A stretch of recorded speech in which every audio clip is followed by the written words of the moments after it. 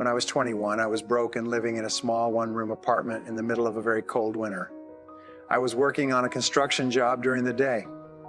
We couldn't afford to go out of my apartment in the evenings where at least it was warm, so I had a lot of time to think. One night, as I sat there at my small kitchen table, I had a great flash of awareness that changed my life. I suddenly realized that everything that happened to me for the rest of my life was going to be up to me. No one else was ever going to help me. No one was coming to the rescue. I was thousands of miles from home where I'd grown up and had no intentions of going back for a long time. I saw clearly at that moment that if anything in my life were going to change, it would have to begin with me. If I didn't change, nothing else would change. I was responsible. I still remember that moment. It was like a first parachute jump. It was both scary and exhilarating. There I was standing on the edge of life, and I decided to jump. From that moment onward, I accepted that I was in charge of my life. I knew that if I wanted things to be different, I would have to be different. Everything was up to me. Sadly enough, most people never do this. I've met countless men and women in their 40s and 50s who are still grumbling and complaining about earlier unhappy experiences and still blaming their problems on other people and circumstances. The greatest enemies of success and happiness are negative emotions of all kinds. It is negative emotions that hold you down, tire you out, and take away all your joy in life. One of your most important goals, if you want to be truly happy and successful, is to free yourself from negative emotions. Fortunately, this can be done if you learn how. The negative emotions of fear, self-pity, envy, jealousy, feelings of inferiority, and ultimately anger are mostly caused by 4 factors. Once you identify and remove these factors from your thinking, your negative emotions stop automatically.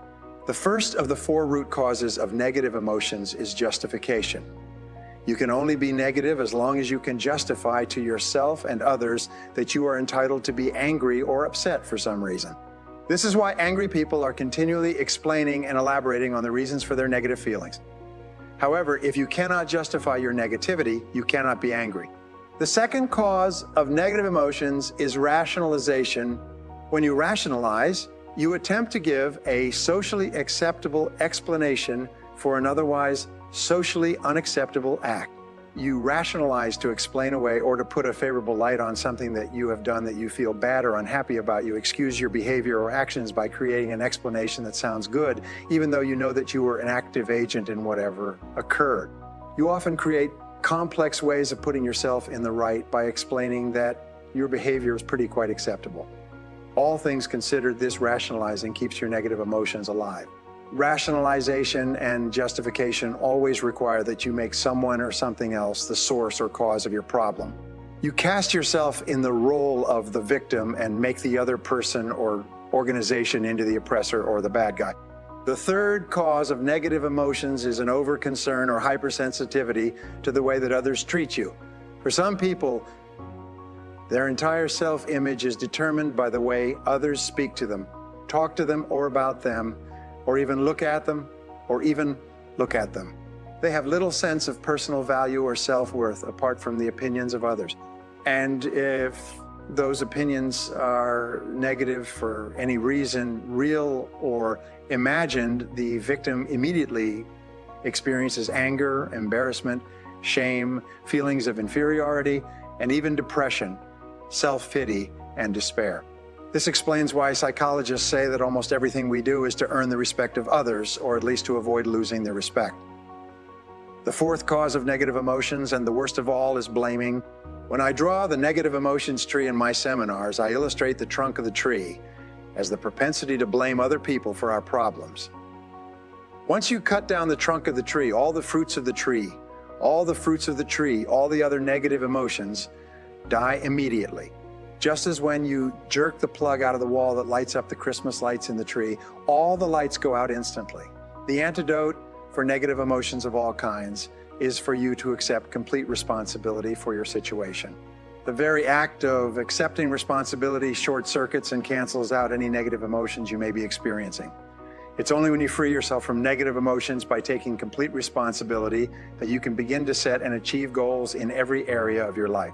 It's only when you are free mentally and emotionally that you can begin to channel your energies and enthusiasms in a forward direction.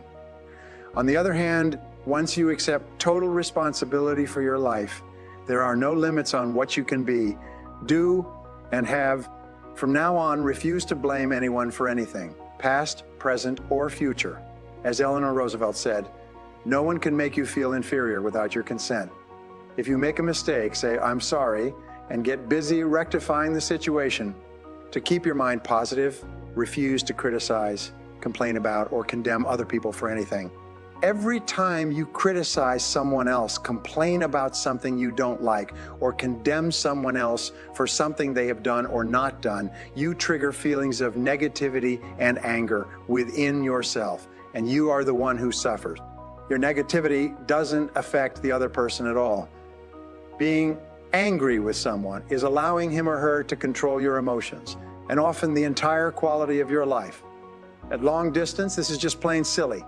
Remember, positive emotions of happiness, excitement, love, and enthusiasm make you feel more powerful and confident. Once you decide to accept complete responsibility for yourself, your situation, and for everything that happens to you, you can turn confidently toward your work and the affairs of your life. You become the master of your fate and the captain of your soul. In a study done in New York some years ago, researchers found that the top 3% of people in every field had a special attitude that set them apart from average performers in their industries. It was this: they viewed themselves as self-employed throughout their careers. No matter who signed their paychecks, they saw themselves as responsible for their companies, exactly as if they owned the companies personally. You should do the same. If there's anything in your life that you don't like, you are responsible. You are responsible for the consequences of your actions and your behaviors. You're where you are and what you are today because you have decided to be there. In a large sense, you are earning today exactly what you have decided to earn, no more, no less. If you're not happy with your current income, decide to earn more. Set it as a goal, make a plan, and then get busy doing what you need to do to earn what it is you want to earn. Just as the president of a corporation is responsible for the strategy and activities of that corporation, you are also responsible for the personal strategic planning of your own life and career. You are responsible for overall management strategy, setting goals, making plans, establishing measures, and performing to get results.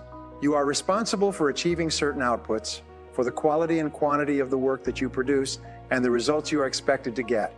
As president, you are responsible for marketing strategy, for self-promotion and advancement, for creating your image and packaging yourself to be able to sell yourself for the very highest price in a competitive market. You are responsible for financial strategy, for deciding how much of your services you want to sell and how much you want to earn, how rapidly you want to grow. You want to grow your income year by year, how much you want to save and invest, and how much you want to be worth when you retire. You're responsible for your people, strategy, and your relationships, both at home and at work. One piece of advice I give my students is to choose your boss with care. Your choice of a boss is going to have a major impact on how much you earn, how fast you get ahead, and how happy you will be at your job.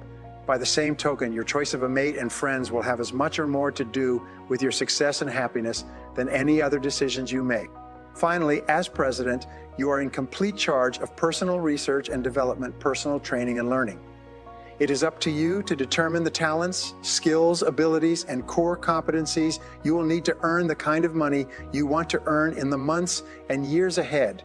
It is then your responsibility to make the investment and take the time to learn and develop these skills. Refuse to whine and complain about things that happened in the past which cannot be changed. Instead, orient yourself toward the future and think of what you want and where you're going. Above all, think about your goals. The very act of thinking about your goals makes you positive and purposeful. Once more, there's a direct relationship between the amount of responsibility you accept and the amount of control you feel. The more you say, "I am responsible," the more of an internal locus of control you develop within yourself, and the more powerful and confident you feel. There's also a direct relationship between responsibility and happiness. The more responsibility you accept, the happier you become. It seems that all three, responsibility, control, and happiness, go together. The more responsibility you accept, the greater amount of control you feel you have, the greater amount of control you feel you have, the happier and more confident you become. When you feel positive and in control of your life, you will set bigger and more challenging goals for yourself. You will also have the drive and determination to achieve them. You will feel as though you hold your whole life in your own hands and that you can make it into whatever you decide to. The starting point of goal setting is for you to realize that you have virtually unlimited potential to be, have, or do anything you really want in life if you simply want it badly enough and are willing to work long enough and are willing to work long enough and hard enough to achieve it. The second part of goal setting is for you to accept complete responsibility for your life and for everything that happens to you, with no blaming and no excuses. With these two concepts clearly in mind, that you have unlimited potential on the one hand and that you are completely responsible on the other, you are now ready to move to the next step, which is to begin designing your ideal future. Now, here are 3 things you can do immediately to put these ideas into action. First, identify your biggest problem or source of negativity in life today. In what ways are you responsible for this situation? Second, see yourself as the president of your own company. How would you act differently if you owned 100 of the shares of your current company? And third, resolve today to stop blaming anyone else for anything and instead accept complete responsibility in every area of your life. What actions should you be taking?